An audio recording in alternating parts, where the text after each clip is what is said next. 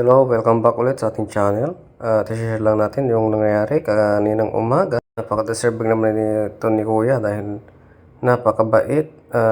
Tulungin sa kanyang pamilya.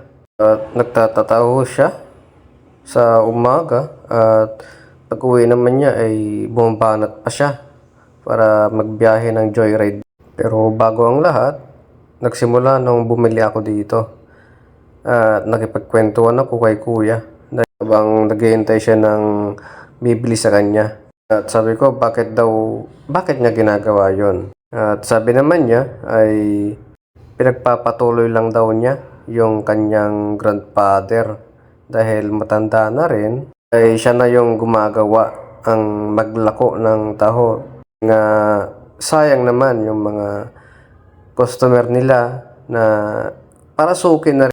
At dito nga ay napatanong na rin ako dahil umaga na rin ito, ay napatanong ako na kung maraming tira, ano yung gagawin.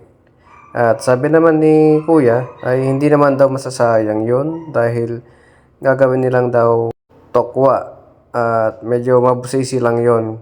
Hindi daw masayang. Ito lang masasabi ko sa kanya na napakasipag niya talaga. Magtatawa sa umaga tapos mag-joyride pa para sa kanyang pamilya. At big salute sa iyo, Kuya. At sana mamaya ay makarami ka ng booking para sa iyong pamilya.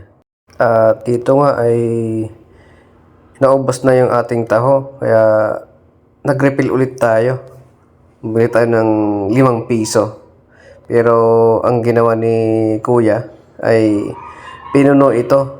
At sabi ko 5 piso lang, pero hayaan na daw yun, 5 piso. Kaya napakabait naman ni Kuya talaga. Pagdating nun ay tuloy na naman ulit yung kwentuhan. Parang marites lang. Mas masarap talaga yung may kakwentuhan. Lalong-lalo na sa mga katulad natin na may hirap. Kahit anong pagsubok, kahit anong trabaho, ay habang naglalako pa rin si Kuya, ay kinikwentuhan pa rin natin. Siyempre, mariris tayo. Di ba? Yung simpleng ganito lang ay tawa talaga. Yung mawawala talaga yung boring mo kapag naghihintay ka ng booking. Ipagkwentuhan kahit kanino. Kahit di naman natin kilala talaga. Basta maganda yung ating mithiin talaga eh. At siguro ay nagtataka si Kuya ba't kinikwentuhan ko. Parang gustong-gusto na nga rin umalis dito ni Kuya pero kinikwentuhan natin dahil nga marites nga tayo, di ba? At hanggang dito na lang yung ating video at sana nag-enjoy kayo sa munting video na ito. Maraming salamat!